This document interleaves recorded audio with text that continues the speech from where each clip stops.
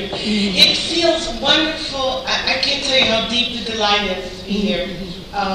And thank you, Cave Canem, for giving us these wonderful writers, for making us happy. It made me nostalgic, and so what I thought I'd do was to read poems that I never read.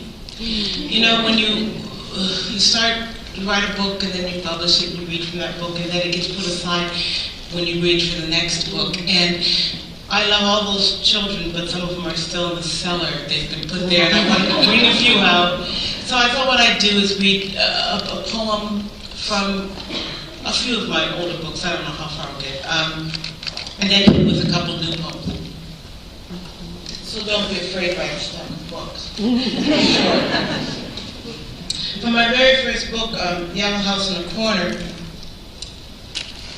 5 elephants are walking towards me.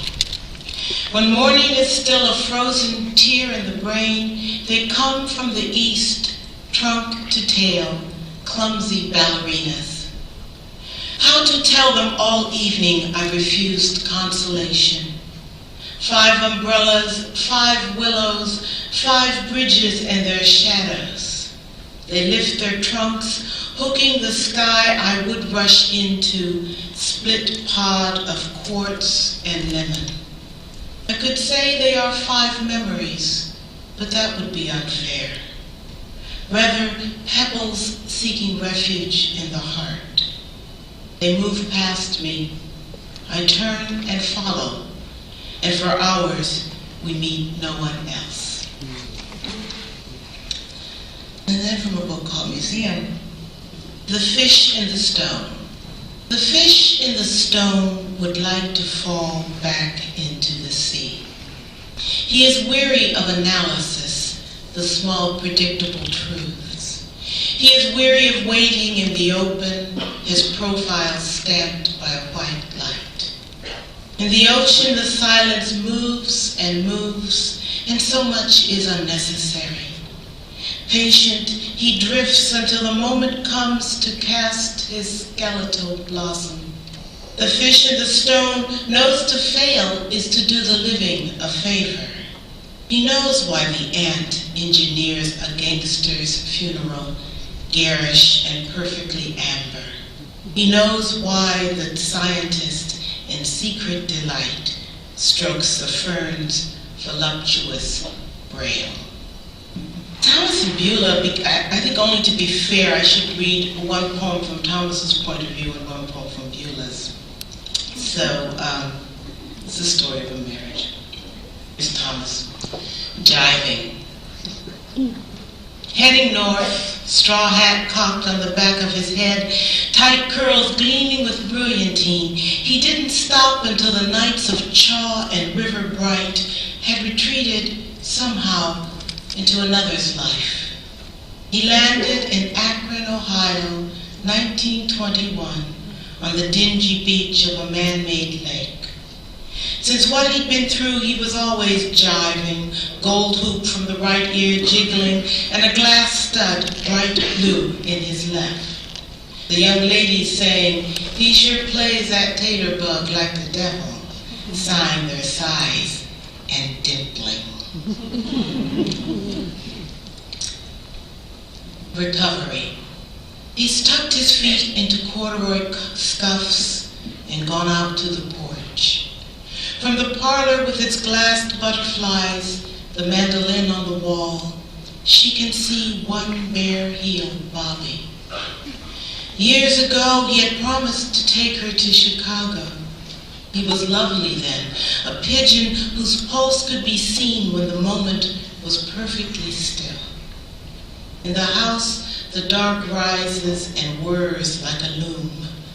She stands by the Davenport, obedient among her trinkets, secrets like birdsong in the air. That's it.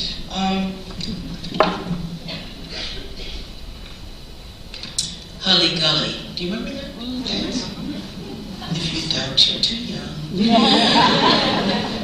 Hully Gully. Locked in bathrooms for hours, daydreaming in kitchens as they leaned their elbows into the shells of lemons. They were humming Hully Gully. Summer lasted a long time. Porch geraniums rocked the grandmothers to sleep as night slugged in, moon brighting the sky like a drop of oil on water. Then down the swollen pitch of avenue, discourteous blouses, bright rifflings, gum popping to an invisible beat, daughters floating above the ranks of bobby socks. Theirs was a field to lie down in, while fathers worked swing shift and wives straightened oval photographs above the exhausted chenille in bedrooms, upstairs, everywhere. Try to remember what comes next. Mother Love is a book which tells the story of Persephone and Demeter. And this poem is from Persephone's point of view. Lost brilliance. I miss that corridor drenched in shadow, sweat of centuries steeped into stone. After the plunge, after my shrieks diminished and his oars sighed up to the smoking shore, the bulwark's gray pallor soothed me. Even the columns seemed kind, their murky sheen like the lustrous skin of a roving eye. I used to stand at the top of the stair where the carpet flung down its extravagant heart. Flames teased the lake into glimmering licks. I could pretend to be above the earth rather than underground, a Venetian palazzo or misty chalet tucked into an Alp, that mixture of comfort and gloom. Nothing was simpler to imagine. But it was more difficult each evening to descend, all that marble flayed with the red plush of privilege I traveled on, slow nautilus unwinding in terrified splendor to where he knew to meet me, my consort, my match, though much older and sadder. In time, I lost the capacity for resolve. It was as if I had been traveling all these years without a body until his hands found me. And then there was just the two of us forever, one who wounded and one who served.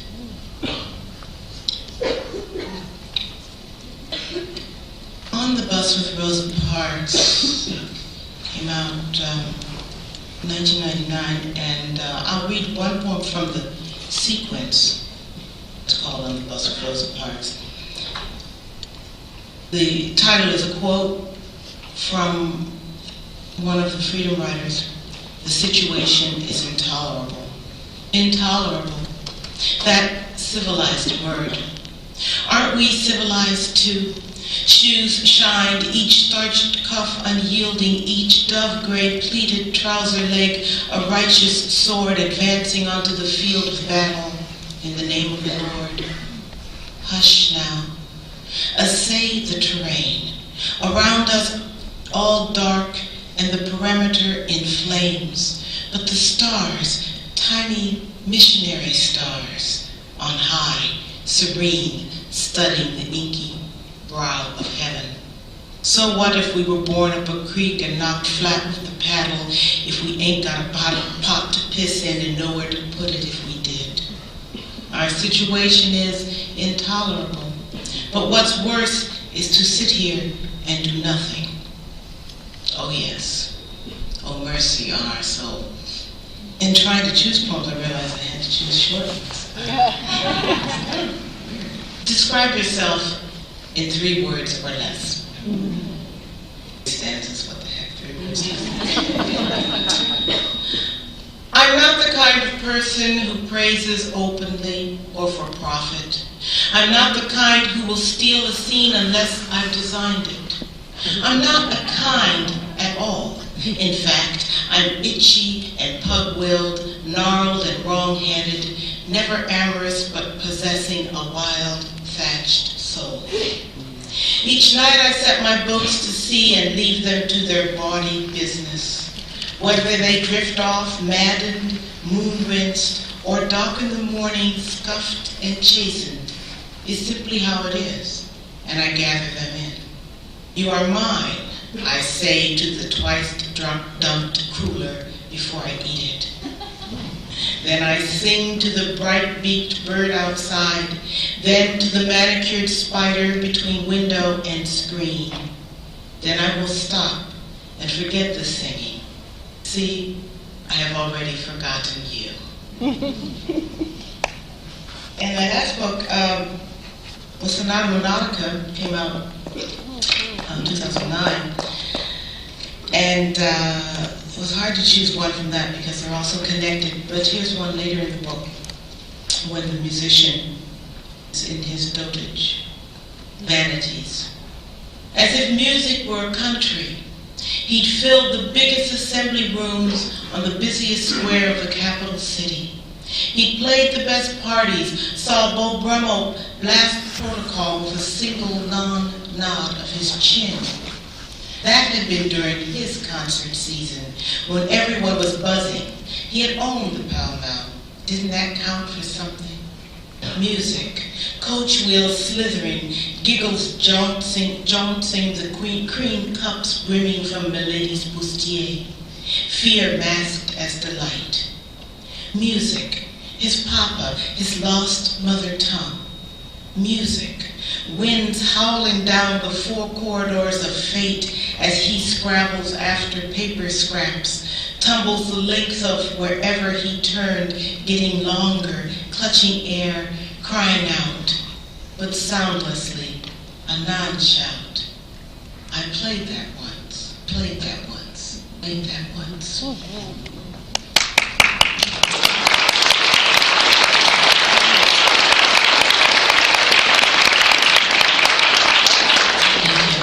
I'll end with these two short poems.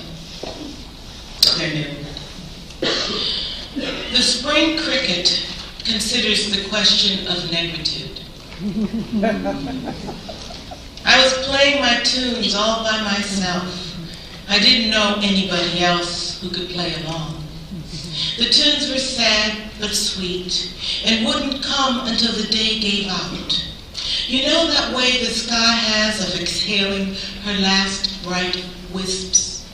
That's when the ache would bloom inside until I couldn't wait.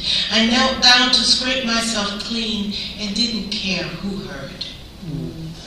Then came the shouts and whistles, the roundup into jars, a clamber of legs. Now there were others, tumbled, clouded. I didn't know their names. We were a musical lantern. Children slept to our rasping sighs. And if now and then one of us shook free and sang as he climbed to the brim, he would always fall again, which made them clap their hands. Then, at least, we knew what pleased them and where the brink was. The spring cricket repudiates his parable of negritude. Hell, we just climbed. Reached the lip and fell back, slipped and started up again, climbed to be climbing, sang to be singing. It's what we do. Nobody analyzed our blues until everyone involved was dead. If you could solve everything that's happening while it was happening, there's something seriously wrong. Seriously, all wisdom is afterthought, a kind of helpless regret. So don't go thinking none of this grief belongs to you, even if you don't know how it feels to fall. You get my drift. And I, who live it daily, have heard that perfect word enough to know just when to use it, as in, oh hell, hell no. No, this is hell.